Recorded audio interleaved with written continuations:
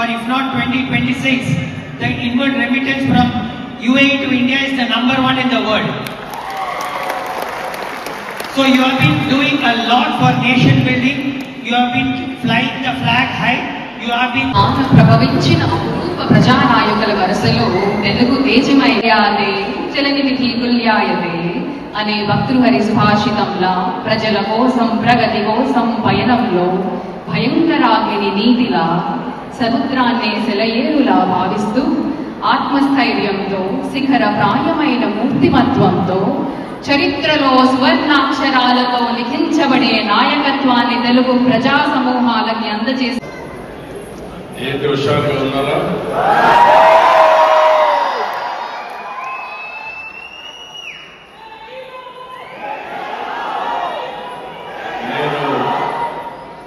30 సంవత్సరాల నుంచి దుబాయ్కి వస్తున్నాను కానీ ఈసారి మీ ఉత్సాహం చూస్తా ఉంటే నా జీవితంలో ఎప్పుడూ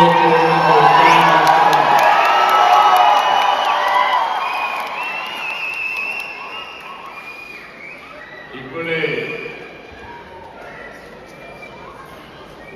మన council general of India Dubai Satish Kumar Sivan గారిని అడిగాను, ఇటీవల ఎప్పుడైనా ఏదైనా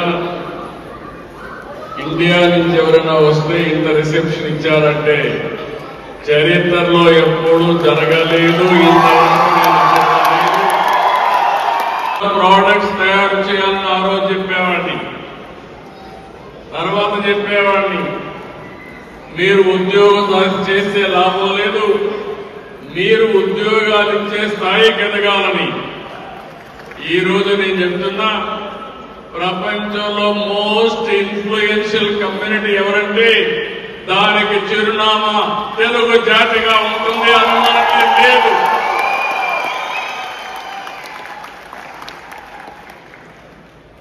ఇటీవల ఎన్నికలు వచ్చాయి. సంవత్సరం కంటే ముందు 2024 మొత్తం గల్ఫ్ కంట్రీలందరూ కూడా కొంతమంది ఉద్యోగాలు, కొంతమంది చిన్న చిన్న పనులు చేసుకున్నా ప్రతి ఒక్కరూ 2024లో కూటమి గెలవాలని మీ సొంత డబ్బులు ఖర్చు పెట్టి మమ్మల్ని గెలిపించారంటే మా జీవితంలో ఎప్పుడూ మర్చిపోలేదు. నా జీవితంలో ఒక పెద్ద కాలంలో చాలా ప్రయత్నాలు చేశారు, కానీ అనుకున్న వర్షాలు పడే పరిస్థితి కూడా లేదు. ఒక ఎడారిని స్వర్గం చేశారంటే అన్ని ఉన్న భారతదేశం, ఆంధ్రప్రదేశ్ రాష్ట్రం ఎక్కడుండాలో మీరే ఆలోచించాల్సిందిగా మిమ్మల్ని తీసుకొస్తున్నారు. పాలసీలు మాత్రం వాళ్ళు క్రియేట్ చేస్తున్నారు. వెల్త్ క్రియేషన్ లో నెంబర్ 1 అయ్యే పరిస్థితికి వచ్చారు. ఈ రోజు మీరు ఒక్కసారి చూసినప్పుడు ఏదైనా సరే సాధ్యం.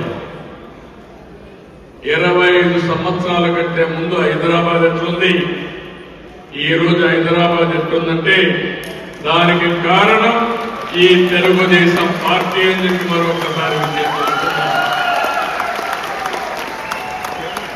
ఆ రోజు మనం చేసిన పని మైక్రోసాఫ్ట్ హైదరాబాద్ తీసుకొచ్చాం.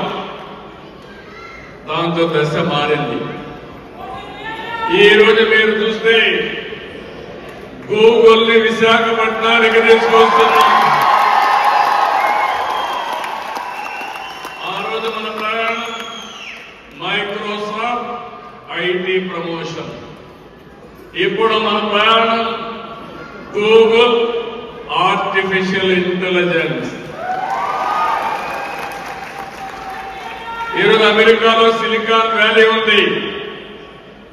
ప్రపంచంలో గర్వంగా చెప్పగలుగుతున్నా క్వాంటమ్ వ్యాలీ ఉండే ఏకైక దేశం భారతదేశం, అది కూడా ఆంధ్రప్రదేశ్.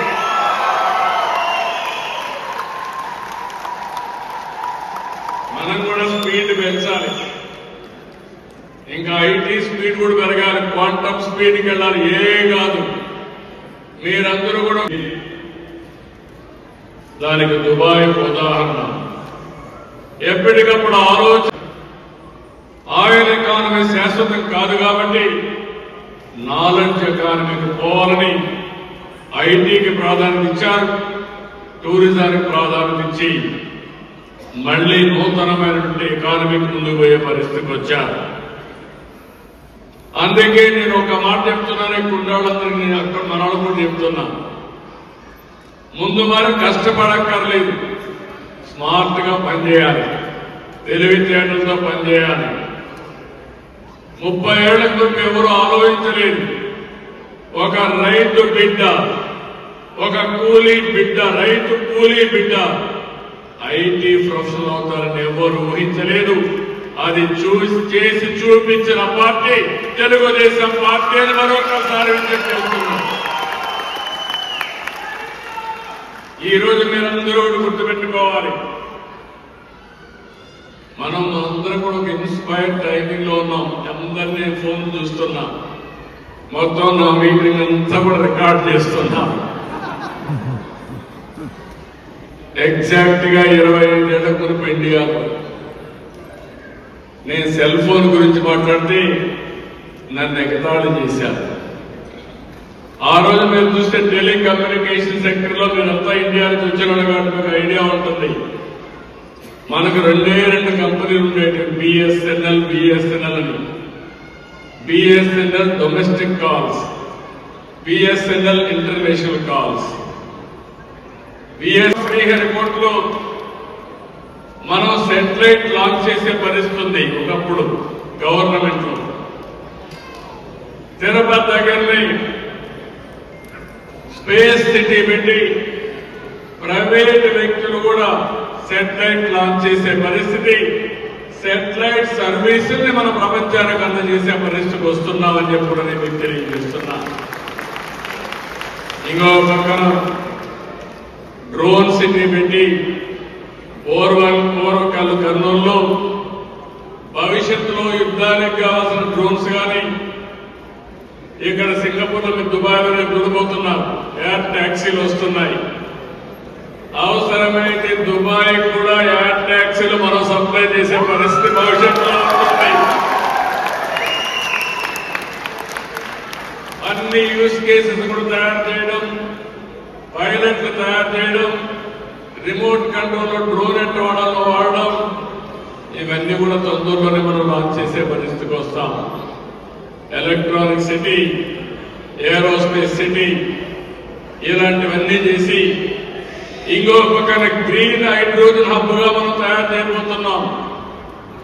ఎక్కడెక్కడ సోలార్ కానీ విండ్ కానీ అదే మరి పంపుడు స్టోరేజ్ ద్వారా గ్రీన్ ఎనర్జీ కూడా దోహదం చేసి అవసరమైతే వేరే దేశాలకు గ్రీన్ హైడ్రోజన్ ద్వారా ఎలక్ట్రిసిటీ మనం సరఫరా చేసే పరిస్థితి కూడా వస్తున్నాం. ఇలాంటి వినూత్నమైన కార్యక్రమాల్లో మనం ముందుకు పోయినప్పుడు మిమ్మల్ని ఒకటే కోరుతున్నాం, రాబోయే 10 సంవత్సరాలు వినూత్నమైన మార్పులు రాబోతున్నాయి. నేను ఎందుకు ఈ మాట వాడానంటే ఇక్కడ దానంతా కూడా ఎక్కడికక్కడ మళ్ళీ మనకు అవసరమైన విధంగా మ్యానుఫ్యాక్చరింగ్ చేసి మళ్ళా ఇండియాకి కూడా అమ్ముతారు. అదే తెలివితేటలు. దాన్ని మనం ఉపయోగించుకున్నప్పుడు మన దేశానికి ఉండే జనాభా ఎక్కడా లేదు. అలాంటి బ్రహ్మాండంగా ముందుకు భయపరుస్తుంది. నేను ఇంకొక 2 నిమిషాల మీద మాట్లాడి మళ్ళా మీకు ఫోటోలు ఇవ్వాలి.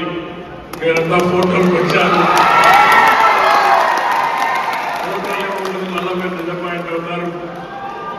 నేను మిమ్మల్ని ఒకటే కోరుతున్నాను, జన్మభూమి కర్మభూమి ఈ 2 విషయాలు మీరు గుర్తుపెట్టుకోవాలి. మొన్ననే 3 రోజులుగా అందరితో మాట్లాడారు. ఇక్కడ ఎవరిని మాట్లాడినా ఇండియన్స్ అంటే ఒక మంచి అభిప్రాయం ఉంది. అందరితో కలిసిపోతున్నారు. వాళ్ళలో కూడా తెలుగు వాళ్ళు అగ్రభాగాలు ఉన్నారని వాళ్ళే చెప్పే పరిస్థితి వచ్చారంటే వండర్ఫుల్ ఎక్స్పీరియన్స్. ఏ కల్చర్లో ఏ దేశంలో ఉంటే ఆ కల్చర్కి మీరందరూ కూడా కట్టుబడి ఉండాలి. అక్కడ క్రమశిక్షణ, అక్కడ రాజ్యాంగాన్ని మనం అమలు చేసే పరిస్థితి రావాలి. ఇక్కడ మనందరం కూడా గౌరవంగా చూస్తే ముందు యుఏఈ నేషనల్ యాంథమ్ పెట్టుకున్నాం, తర్వాత మన నేషనల్ యాంథమ్ పెట్టుకున్నాం, మళ్ళీ మన రాష్ట్ర యాంథమ్ కూడా పెట్టుకొని మా తెలుగు తల్లి పెట్టుకుని ఒక పక్కన ఏ దేశంలో ఉంటే ఆ దేశ కర్మభూమికి మీరందరూ అంకితమైన భావంతో పనిచేస్తున్నారు. జన్మభూమిని మర్చిపోవద్దండి. మీరు పుట్టిన ఊరిని మర్చిపోకుండా అందరం కలిసి మళ్లీ రుణం తీర్చుకోవాల్సిన అవసరం ఉందని కూడా నేను మీకు తెలియజేస్తున్నా. నేను ఒకటే ఆలోచిస్తున్నాను, 2047 స్వర్ణాంధ్రప్రదేశ్. నేను ఆంధ్రప్రదేశ్ ని తయారు చేస్తే మీ దగ్గర నుంచి ఒకటే నేను ఆకాంక్షిస్తున్నాను, మీరు ఎక్కడున్నా గుర్తుపెట్టుకోవాలి, అనునిత్యం మీ మైండ్ లో పనిచేయాలి. ఇక్కడ ఉండే అందరికంటే నేను నెంబర్ 1 స్థానంలో ఉండాలి అనేది కానీ మీకు అనునిత్యం మైండ్ లో ఉంటే మీరు శాశ్వతంగా ఎప్పటికీ నెంబర్ 1 గానే ఉంటారు. డబ్బుల కోసం కాదు, డబ్బులు కూడా అవసరం. డబ్బుల కంటే గౌరవం. మీరందరూ గౌరవంగా ఉంటే అది తెలుగు జాతి గౌరవం అని చెప్పి నేను మీకు తెలియజేస్తున్నా. మంచి పాదాభివందనం చేస్తూ మీ అందరికీ నమస్కారాలు. జై హింద్, జై తెలుగుదేశం.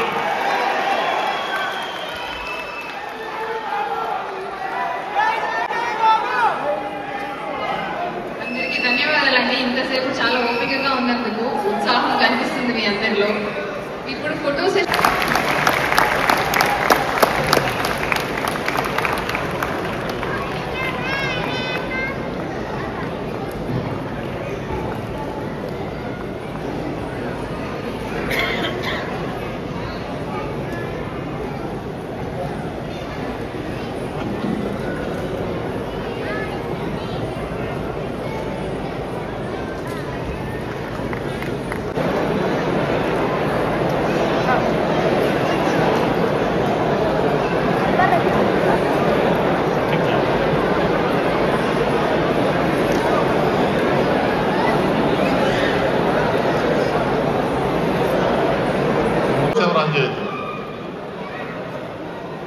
APNRT volunteers